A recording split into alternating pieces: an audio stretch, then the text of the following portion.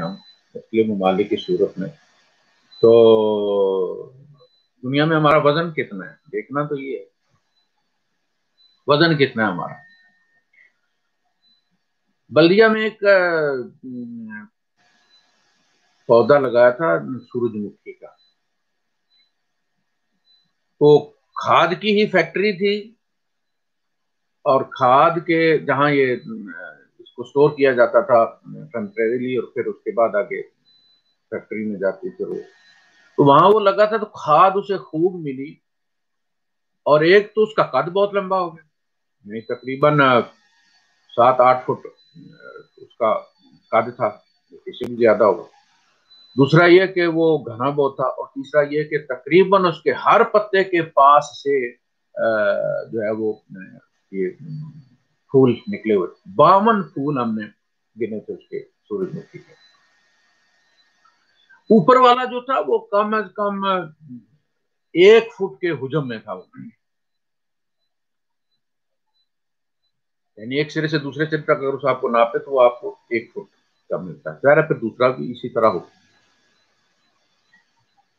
لیکن اس کی حالت یہ تھی کہ اس کے تمام بیجوں میں اندر باہر سے تو وہ ٹھیک ٹھاک نظر آتا تھا بیج، اس کا جو شکل تھی یا حیت تھی وہ بالکل مکمل تھی، لیکن جب اسے توڑو تو اندر بیج کوئی نہیں تھا۔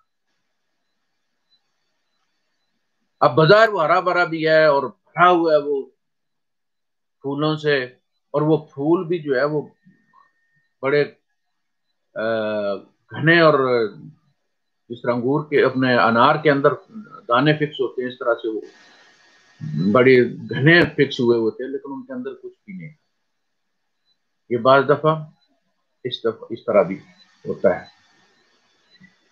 ہم وہ پھول ہیں سورج مکھی کا کہ جو 52-53 ہیں، لیکن کہیں بھی بیج کوئی نہیں۔ اگر آپ یہ چاہیں کہ ریپروڈکشن ہو تو وہ نہیں ہو سکتی۔ ہم تعمیر سے بہت دور ہیں،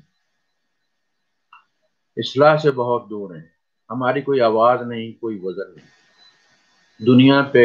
ہمارے ایک ضلع کے برابر جو ملک ہے وہ بھی ہم پہ غالب ہے، اس لیے کہ ہم مانگ کر ان سے کھاتے ہیں، ہم دوائیوں کے لیے ان کے محتاج ہیں، ہر چیز خالص ان کے یہاں ملتی ہے۔ آپ جنٹاسین لینا چاہتے ہیں تو آپ کو جرمنی کا لینا پڑے گا، پاکستان کا آپ نہیں لیتے، آپ کو پتہ ہے اس میں کچھ نہ کچھ گڑبڑ ہے۔ یہ ہمارے خلاف ہماری اپنی گواہی۔ جب ہم اپنے ملک کی پروڈکشن پہ یا پروڈکٹس پہ ہم اعتبار نہیں کرتے تو اس کا مطلب یہ ہے کہ ہم اپنے اوپر بے ایمانی کے خود گواہ ہیں، اگرچہ ہم انکار کریں۔ تو ہم جیسی قوموں کو خروج نہیں دیا جاتا، جینے بھی دیا جائے تو یہ بھی اللہ پاک کا بڑا احسان تو زمین کے معاملے میں۔ تو اللہ پاک نے فرمایا ہم یہ بنی اسرائیل کے حق میں کرنا چاہتے تھے، اور یہ ہم فرعون کے حق میں کے خلاف کرنا چاہتے تھے۔ اللہ پاک کن فیکون والا ہے، یعنی کہتا ہے چیز کو اور وہ ہو جاتی ہے، یعنی کہتا ہے چیز کو تو وہ ہو جاتی ہے، کا مطلب یہ ہے کہ وہ اس پلاننگ کو کہتا ہے کن تو اس کا چکا چل پڑتا ہے، فیکون، وہ کام ہو کر ہی رہتا ہے، لیکن وہ وقت لیتا ہے، پروسیس لیتا ہے۔ یہ اسباب کی دنیا ہے، فیصلہ لمحوں میں ہو جاتا ہے، بلکہ فیصلہ پہلے سے ہوا ہوتا ہے، لیکن اس کو ایکٹیویٹ جو کیا جاتا ہے وہ پھر اس خاص ٹائم پہ کیا جاتا ہے۔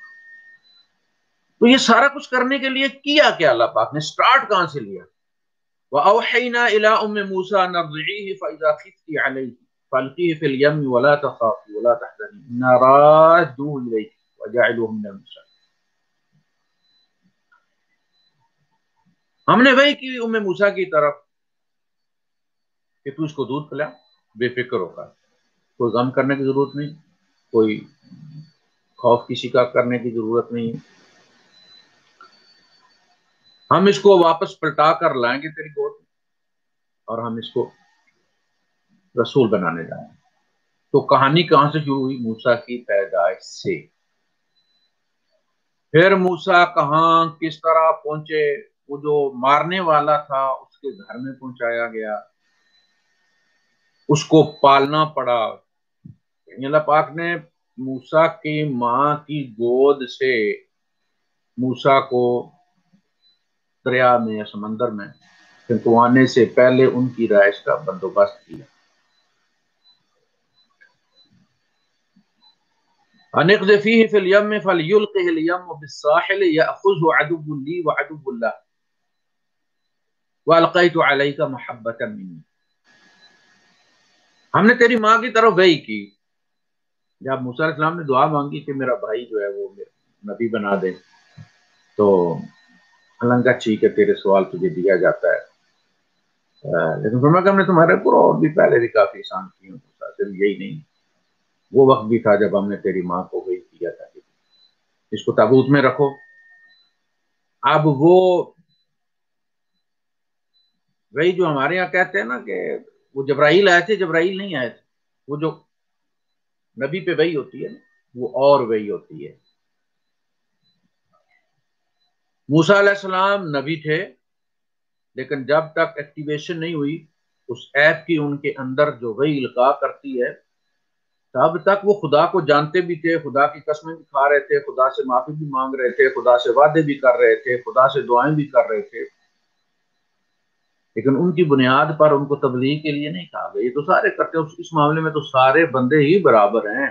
وہی جو نبی تبلیغ کرتا ہے نا، وہ عام انسان جیسی تبلیغ نہیں ہوتی. نبی جو ہے وہ علی بصیرہ ہوتا، وہ دیکھتے ہیں. وہ اسی لیے اللہ پاک نے جب پہلی ملاقات ہوئی تو تعارف کروایا، اننی انا اللہ رب العالمین، اور پھر بتایا ان سے ملاقات جب ہوئی. اب دیکھیں موسیٰ علیہ السلام پیدا ہوئے ہیں، کہاں گئے ہیں، جوان ہو گئے ہیں.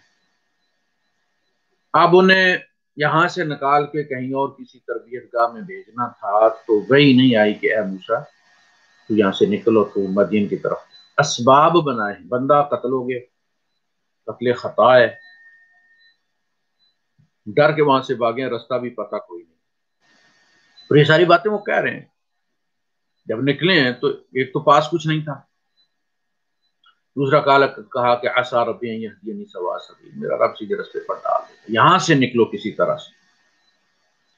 وہاں پہنچے ہیں جب مدین کی بستی میں کنویں کے پاس، تو آپ نے دیکھا کہ بھائی وہ کچھ لوگ پانی پلا رہے ہیں اپنے جانوروں کو. تو اصولاً تو یہ ہونا چاہیے کہ بھائی ایک فلاحی معاشرے میں تو یہ ہوتا ہے کہ آپ پہلے خواتین کو، جو کمزور طبقہ ہے ان کو آپ سہولیات فراہم کریں، پھر اس کے بعد مردوں کے.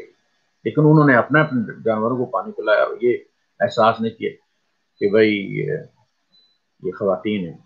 موسیٰ علیہ السلام نے ان سے تعجب سے پوچھا کہ بھئی یہ کیوں پانی پلانے کی کوشش نہیں کر رہے؟